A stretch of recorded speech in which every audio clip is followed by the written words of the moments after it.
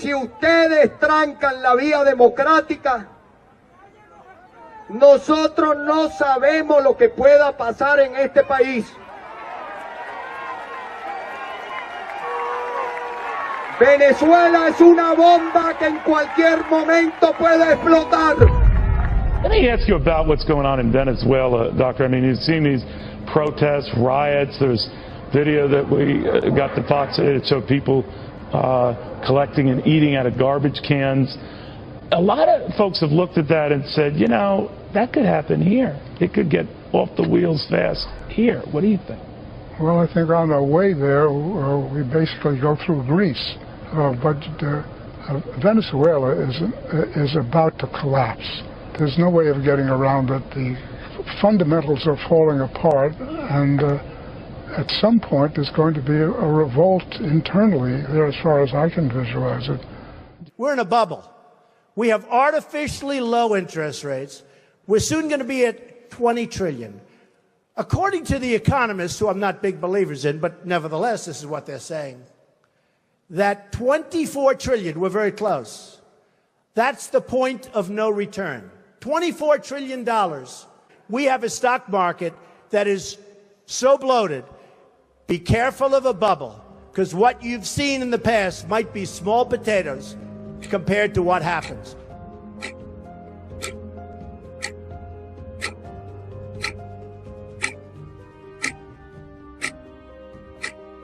Today, we're seeing signs that the 35-year bond bull market has ended. If this is true, it will prove to be a huge event, not only for the United States economy, but for the world economy as well. When Puerto Rico missed a $58 million debt payment August 3rd, it hit the islanders hard. That's because the territory owed most of that money to its residents, who invested in their government's bonds. Many expected it. The real shock came in June. After 10 years of mounting debts and double-digit unemployment, the governor said Puerto Rico couldn't pay back a debt that had swelled to $73 billion. Puerto Rico needs, and I propose today, a complete and comprehensive restructuring and development plan that is not short-term, but long-term, and is definitive for the immense problem that we face today. Okay, so how bad is it going to be? It's going to be awful, but you know. He said, how much worse? Because since we saw you last, we got a jobs report that some people will say was terrible. Do you guys remember the financial crisis of 2008? Did you think that was bad? Yes. Yeah, this is going to be worse. Now, but it's not necessarily going to be concentrated in the stock market. See, I think that the government, the Federal Reserve, their main goal is to make sure that the stock market doesn't collapse again, to make sure that the real estate market doesn't collapse again. And they may succeed, but only by sacrificing the dollar. And so we're going to a currency crisis. And this crisis is going to be much bigger than a financial crisis. The impact it's going to have on the average American, on his standard of living, on his way of life, is going to be much more profound. And sure, people won't lose as much money in their stock portfolio, but if they try to sell their stocks and spend the money, the purchasing power that they lose is going to be much greater than what was lost in 08. And of course, 08 gave way to a huge comeback in 2009. So we got saved. We're not going to have that kind of reprieve again. Friday financial freakout, specifically foreign banks. Take a look at names like Royal Bank of Scotland, Barclays, Banco Santander out of Spain, Deutsche Bank, all are moving down 6%. So here's what we've got. The markets woke up this morning. Look, decided it was time to panic about three things that have actually been out there, folks. So I just want to be clear about that. The three things: the Fed meeting next week, the vote 2 weeks from now in the UK on whether Britain should extricate itself from the European Union trade bloc, and global GDP fears, meaning, are we worried that GDP output, gross domestic product, will start plummeting in a lot of countries? But it's bond yields around the world that are cracking. So this statement, if this isn't drama rolled into massive superlative wrapped in fear, I don't know what is. But let's call it a major warning from the top market player, Bond King Bill Gross of Janus Capital, tweeting out, global yields lowest in 500 years of recorded history. $10 trillion of negative rate bonds. This is a supernova that will explode one day. In fact, look, we wanted to put this together for you. You may not own German boons or UK gilts, which is the bond in the United Kingdom, but they are dropping precipitously. In fact, Germany's 10-year fell about 42%. It's about to go negative. You got the UK 10-year bond called the gilt hitting a record low going back to the early 90s. And of course, the 10-year Japanese government yield's already negative. Folks, that means that people are paying the government to hold their money just for the promise of getting some of it back. And we begin with that breaking news. Walmart announces it's going to close 269 stores worldwide, 154 of them in the United States. Among them, 3 Sam's Club warehouse stores in our area will be closing. That's Seacock, Warwick, and Fall River. It is going to impact 10,000 workers in this country. The Sam's Club closures are 3 of 269 store closures worldwide in the Walmart family. Customers like Arthur Outland tell us they're disappointed. I've been a Sam's Club member for years, so I just love coming here. We've learned 16,000 associates will be affected worldwide. 10,000 of those are here in the U.S. Walmart says it hopes to relocate many of the affected employees to nearby stores. If that's not possible, the company says it will give associates 60 days of pay with severance packages for some employees.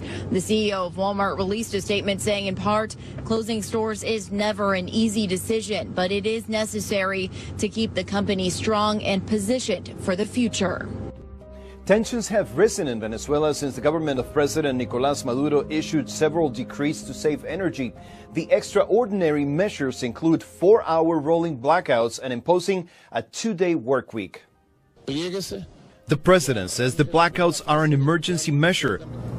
Water levels at the dam that provides 75% of the country's electricity are at record lows due to a severe drought caused by the El Niño weather pattern. The 2-day work week is already disrupting life for many. Venía a mi cita de pasaporte. Edgar Febrero learned the hard way when he tried to renew his passport. No government employees. Decepcionado. I'm disappointed and angry, he says. They're systematically destroying the country. Daily life for the average Venezuelan goes well beyond inconveniences. We've seen food shortages, medicine shortages, now basic services, electricity, even water, that is not reaching a big portion of Venezuela's population. Add to that the highest inflation rate in the world, which has made the bolivar, the local currency, lose 98% of its value on the black market since Maduro took office in 2013. Joins us right now. Harry, welcome back. Good to see you again. Now, so hi, Stuart. Here's my problem. Guys who predict gloom and doom are probably right in the very, very long term, because we're always going to have another crash at some point in the future. Okay. So obviously I got to tie you down on time. Why are we going to see that crash start now?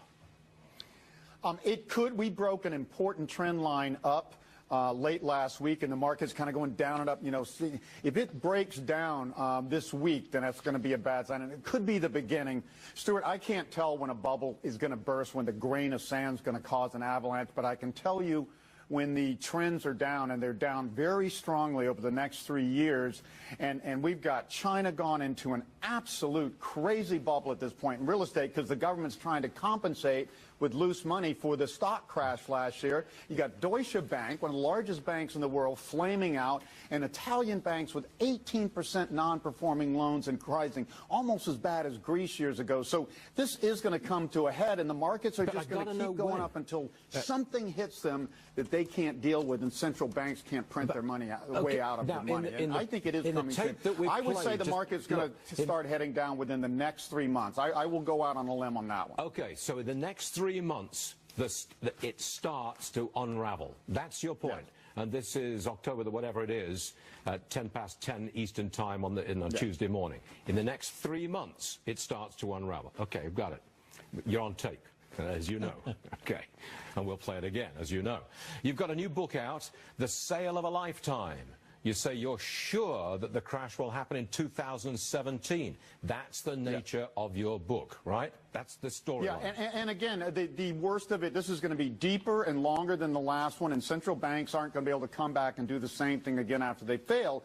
So I think the next 3 years is going to be the challenge, and during that time period, we're going to see once in a lifetime buy opportunity for investments long term. But I'm telling people right now, it's just better to be safe and think like Baron Rothschild, who said in the 1800s, the wealthiest man back then, he said, "My wealth came from always selling a bit early," because bubbles crash much faster than they build. Just look at China last year.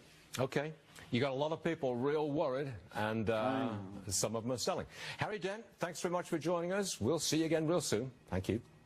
Next item, more leaked emails, and this time a short list of possible vice presidents. Joining us right now is former Texas Congressman and former Republican presidential candidate himself, Ron Paul. Sir, good to see you. Thanks so much for joining us.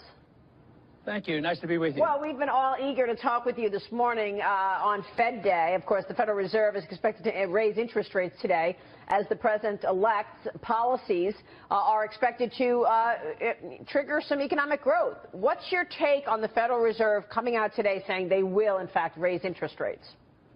Well, everybody expects it, so it won't be news. The big news would be if they didn't do it. That would be a shocker. But, my position on central economic planning is I don't like it. I don't like it when one person can do it, and that's the chairman of the Federal Reserve. But everybody hangs on it because they have to. But, yes, they're going to raise interest rates, and they may do it once or twice later on. But I think the big news is what the report you just gave. Sales were down, the prices were up.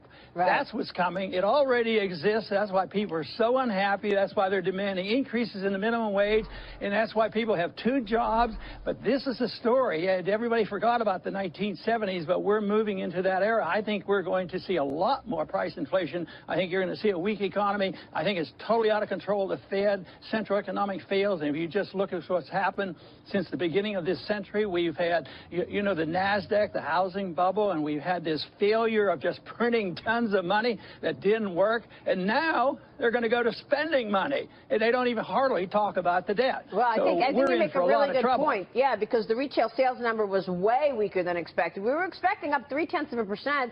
It's up 0.1%. Meanwhile, inflation has risen because that was up 0.4% on the Producer Price Index. Do you think that changes with new fiscal policy coming from President Trump once he's in office? Lower taxes and spending on infrastructure and a rollback of regulations. Does that even things out? No, I think it'll make it worse, because the government's spending the money and you don't have the market determining what's happening. So, yes, they're going to the money that they created since 2008 and 2009 is sitting around. Now it's going to start moving in, and velocity is going to pick up, and it'll be out of control. I mean, can you imagine? Maybe the price of concrete's going to skyrocket. They're going to build new roads and new bridges, and copper is liable to go up because of this. So I think prices are going to go up, and the money's going to be so bent according to political reasons and not because of business decisions. So we want the government out of it. We want people to save money, create capital, but capital cannot come from the Federal Reserve working with a computer. That's the fallacy, and that's why 0 rates of interest didn't work, because they weren't realistic. People know it, and now they say, well, how do we move back to it? Well, it's not easy to move back, because what you want to do is get out of the way and let the market work. But we do not work on a free market principle. We do not have sound money. It's all manipulated, and we have one person making these decisions, and I think it's way too much power for the chairman of the Federal Reserve Board to have so much power, and I think people are starting to realize this. When I started talking about this, people are, well, what's this thing about the Federal Reserve? But just think in the last 6-8 years, people say, hey, they kept the interest rates too low, too long. Obviously, they did. And they didn't do a good job in getting us out of the recession. So now the Fed is throwing up their hands, and they say, it's up to Congress. They need to spend money. And they'll print and the Fed will accommodate. They will print the money when the debt goes up, because there will be a limit to how much these interest rates will be allowed to go up. Because just think of the consequence of rising interest rates on the cost of our debt. billions and billions of dollars. If interest rates to the government goes up 1%, you're talking about big time increase in the deficit because we'll be paying interest. Right, Congressman, you bring up some great points here, especially because the Fed does have $4 trillion on their balance sheet. They undertook unprecedented monetary actions, but now we're starting to see a new regime come in. You've got actually President-elect Trump going to be nominating at least 2 people to be Fed board governors. You've also have the chairperson is going to be leaving probably at the end of 2017. So is there a little confidence that you're having on the new administration to rein in the Fed and actually have government pull back a lot of their government waste, given the fact that he's having business people come in that have talked about having smaller departments, smaller government? Yeah, I do have a little bit of hope. I don't have any hope for the Federal Reserve because they're incapable of doing something that they don't know how to do. They don't know what the interest rate should be. But if you say they're there for the purpose of reining in the Fed, that's very good. I have a lot more hope in the area, not on fiscal policy. That's a big negative. But the idea of lowering taxes is great. But if you lower taxes and not cut spending, I mean, this administration plans to massively increase infrastructure spending. And for some reason, they think that we just, even though we spend as much money as 7 other countries for our military, they want to increase it. We have to rebuild it. We have to have a strong military. Well, you know, that's just more Keynesian. You know, the other day they mentioned about cutting, and Trump correctly said, maybe we ought to cut the F-35, which is a worthless airplane. It's billions, as a matter of fact, into trillions of dollars.